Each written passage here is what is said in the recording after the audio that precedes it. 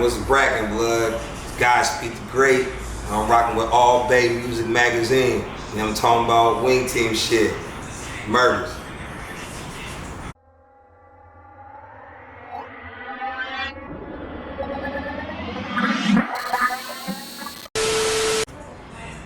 So how you doing today? Man, cooling. Cooling? Cooling like a motherfucker, man. Sun of the winter, cooling in the summer, man. So tell us, how did you get the name Godspeed the Great? So I had a few handles, you know what I'm saying? I used to go by Trouble, and I used to get in a lot of trouble. And I noticed that, like, basically, you know, whatever you put out is what you get back. And one day I was watching, I think the Oscars, I was a little nigga, and the motherfucker was accepting this award, I don't know who it was, but it was like, to the soldiers at war, Godspeed. And I was like, yo, that's hard as fuck. Like, I didn't even know what the fuck that shit meant. I just thought, you feel me, like the speed of God, if God wants to do anything, bam, you feel me? So I ran with that, then I looked up the name, and you know, the definition says be successful, come home in one piece, make it home safely, have a prosperous journey. So the name, by the definition, meant more to me than I knew, so it stuck to me. And then I threw the great on there to separate me from any other variation of Godspeed, you know, comic book characters, motorcycle shops, like, you know what I'm talking about. I had to separate myself from that, and I know everything I was doing was great. So I just threw, you know what I'm saying, the great on there, spelled it different, and that's how the name came. So, just so the viewers know, like, where are you from and what was it like growing up there? I'm from East Oakland, California, man, from the Murder Dubs. I was born in Frisco, raised in the Murders, and I got ties in Richmond, a whole lot of Southside shit. But growing up, I was a part of the mob, you feel me? So there were certain things that was going on, you feel me, as I was growing up that you learn, like, we couldn't cut school and be outside on the block, you know what I'm saying? Like, we had full-fledged machines and like motherfuckers that was responsible for the neighborhood and all that shit. So coming up in the Murders, you know, the Dubs being a mixture of blacks, Asians, and Mexicans, I learned a lot. It sharpened me up, and I've been all over the Bay, all over Oakland, but I think as far as East go, the Murders, like, it's a strong part of this Bay shit, you feel me? It's a strong part of Oakland, it's a strong part of the culture, and that's what I was raised in. And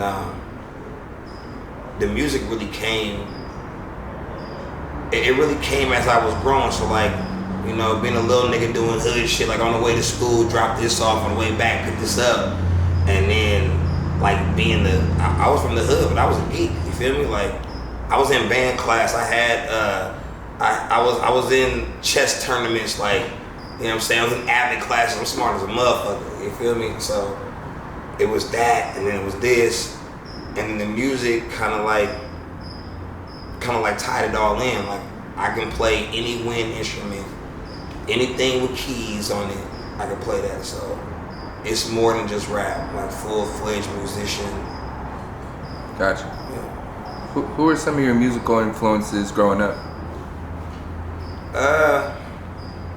Of course, Too Short, Snoop, Pac. My pops is a fan of Rakim, so you know I gotta sprinkle the R in that motherfucker. EPMD, Red and Meth, you know, Wu-Tang, fucking Def Squad, Jay, not Ja Rule. He was making some slaps, but not too much Ja. But Jay and DMX, any rapper that rap with feelings, you feel like rap that like emotion, like you feel it. The way Pac and X rap, I kind of feel like that's where I really like identify myself, like the passion in it. You feel me? Like if I don't feel it, I can't spit it. So when I spit it, you gonna feel it. You feel me? Gotcha. How old were you, like, Like, what's the earliest time you can remember you starting to make music? 11. Okay. Tell us about it. My older cousin Jason, Baby Blue, what's up, my nigga? He was like the definition of what the dopest motherfucker was to me. It was him and my goddaddy, Mac Drake. But like, you know, personally, nigga, Jay was with me all the time. And just looking up to him, he used to rap, that nigga used to trap, like he did all this shit, you feel me? And I remember one day he was like, yo, we finna go to the studio. And the studio wasn't no studio. It was like, nigga, a karaoke machine in the closet. Put him to the homie house and do that shit. But he had wrote a rap for me and my cousin. And I still remember the rap to this day. He wrote it for me, and I spit it and recorded it. And I was so like into the situation, so on it, that, you know, I couldn't let it go. So after he wrote the first rap for me, I asked him to write another one for me, and the nigga said he wouldn't do it. And that's when I started writing my own shit. And I remember like having the wackest verses, like just trash. But I was writing my own shit, you feel me? I wanted that bad. Like, the nigga put me up on game, gave me a dose of the shit, and was like, nigga, I ain't gonna write for you no more. So basically I had to write my own shit, and then session after session, song after song, I'm coming through with fucking 32, 64 bars, right? And it might have been the best shit, but I wrote it. And once he wrote that for me, I couldn't let that go. That feeling, that vibe, that want for like, just saying sick shit. So 11, he wrote that for me. 11, when he decided he wasn't gonna write for me no more, and I was like, fuck it, I'm gonna write. And me having a love for English, and my mom being an English teacher, I was writing so much. I was even writing for my cousin. So my big cousin wrote for me and his little brother, and then wouldn't write for me no more, and turned to me writing for me and his little brother. Feel me? So I always write like full-fledged stories, like songs where it would have me and you talking about something, you feel me? We'd go, me and you, I'll pull up to pick you up, and you know what I'm saying, we'd talk about what we finna go do, and like the song would go from me picking you up to going to the store, and then the store, like I was in the story, I was in the writing, like I had a thing for writing, and I couldn't let it go. I just kept perfecting it, perfecting. Gotcha. So how many albums do you have out right now? I think it's 6. I think 6, maybe 7.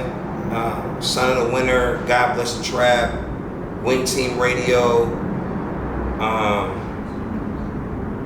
Monster House EP, Monster House The, Monster House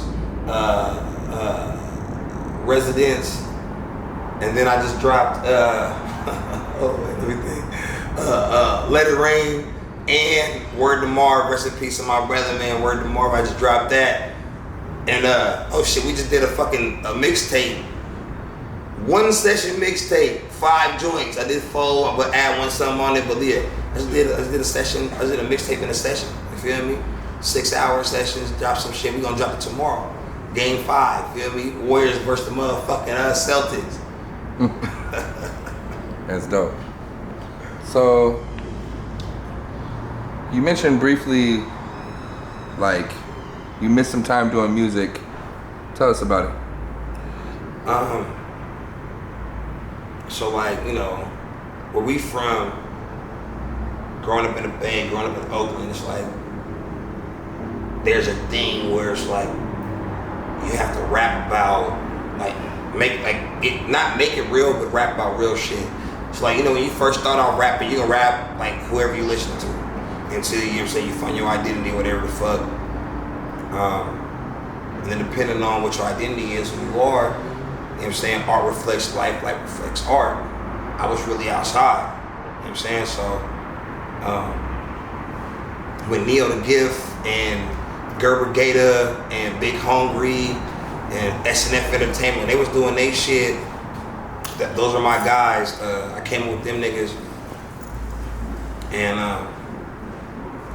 I went down 2007, the day after my daughter was born, at 8.5 years, so I was missing in action during that whole time. So I caught it like the second wave of the hyphy movement, where all my peers Like we grew up under that hyphy shit. So all my peers had their wave, and I was doing my bit the whole time. So you had the Sues and you had the Sages and the Crayshaws and the fucking D-Los and all of that shit that was going on. That second wave of hyphy, I was sitting down for that. But all them niggas is my peers. I was really outside, and I didn't know what I wanted to do. I didn't know how important music was to me. I was more so like fuck the radio, fuck a video, fuck all this. Like I'm outside, put a nigga in that box. So when I came home, sitting down during that time, I realized what I wanted. When I came home, I've been attacking it ever since. Gotcha. So tell us, what are you working on right now? Like, what's the new album? What's the new video coming? Like, obviously you got a whole string of new releases. Like, what do you want the fans to really pay attention to right now? So we're going to shoot Wheels Fall Off. I remixed Chris Brown little shit. We're gonna shoot for that, for the mixtape, and then I got a song on there with a sample on. I ain't gonna tell you too much about it. They gotta check it out. But we shoot a video for that too. So 2 videos for the new mixtape.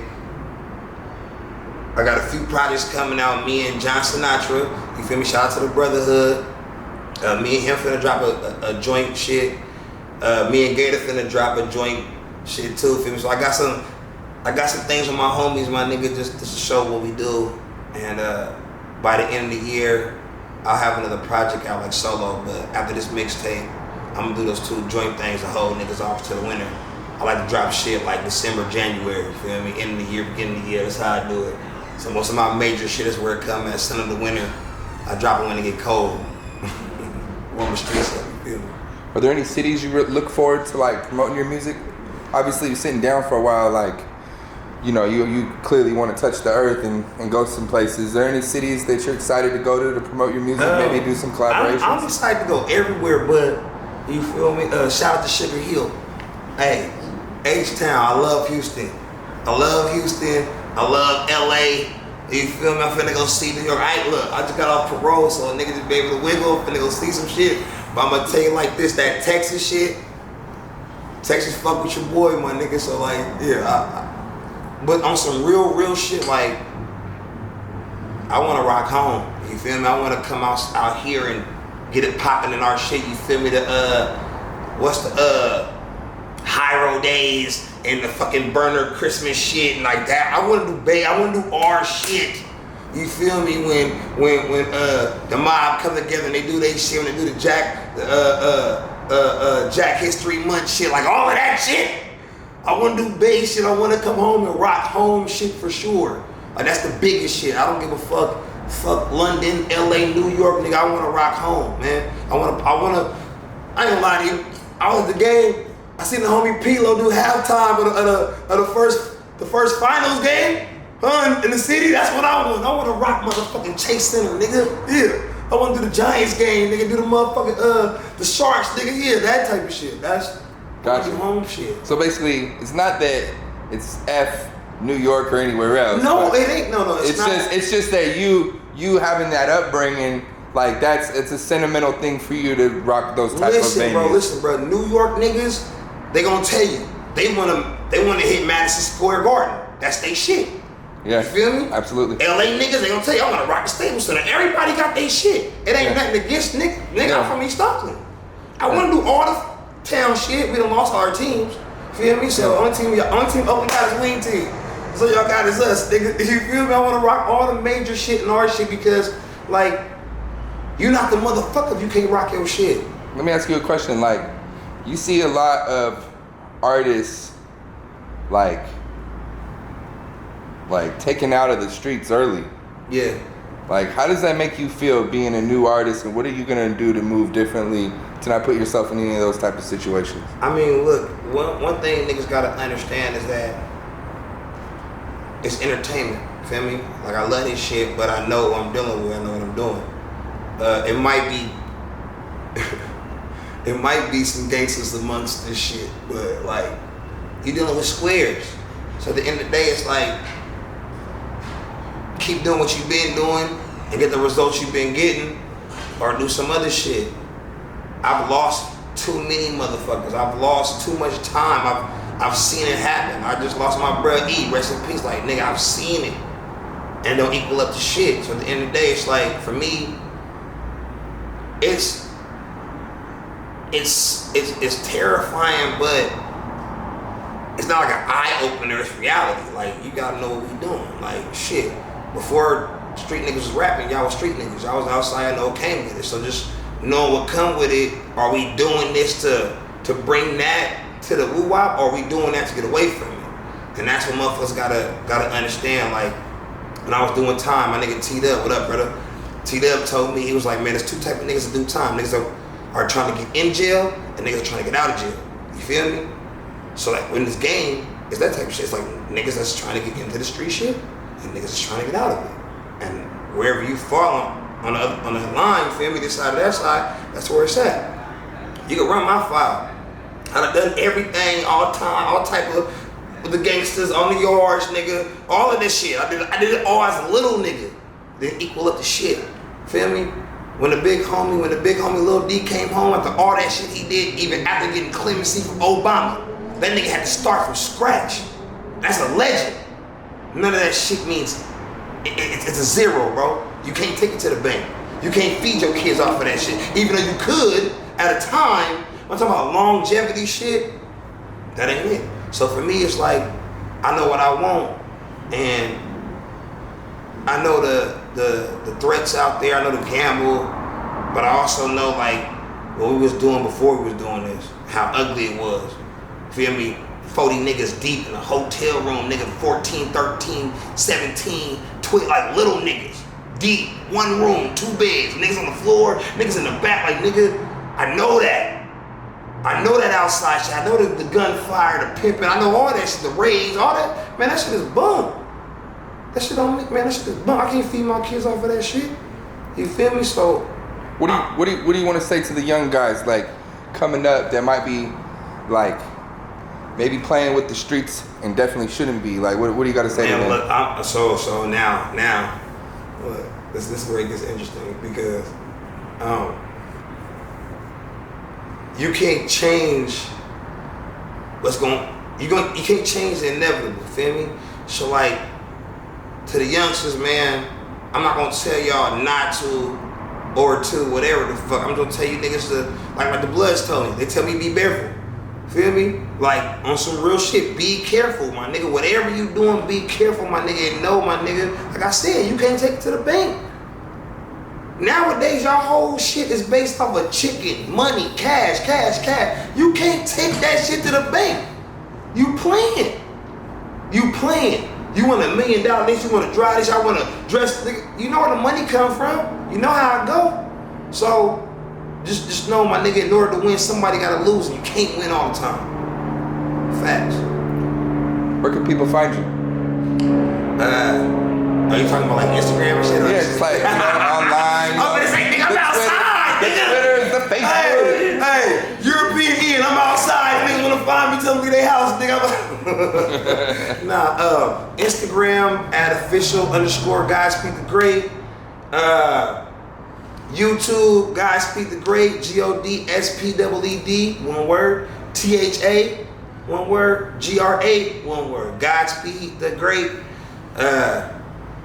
iTunes, Apple Music, Spotify, TikTok, Instagram, Facebook, all that shit. All Bay Music Magazine, motherfucker, all that shit. Let them know.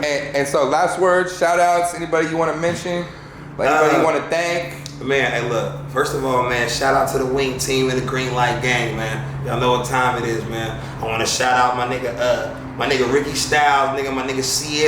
You know what I'm saying? I want to shout out nigga Gr8. I want to shout out nigga Big Hungry. I want to shout out, rest in peace, Alpo, Alexander J. That's my motherfucker, man. Man, you know, if I didn't mention you, my nigga, I might have forgot. Oh, Gage Navarro, motherfucking Tony. And I see you, dog, nigga Steven. I see you, dog. Double Down Studios in LA. I see y'all, nigga. Hey, European Ian. I see you, Chief. Nigga, yeah. Hey, Wing team shit, bro. You know, free Jedediah, nigga. Z, what's up, bro? He stomping, nigga. It's handy.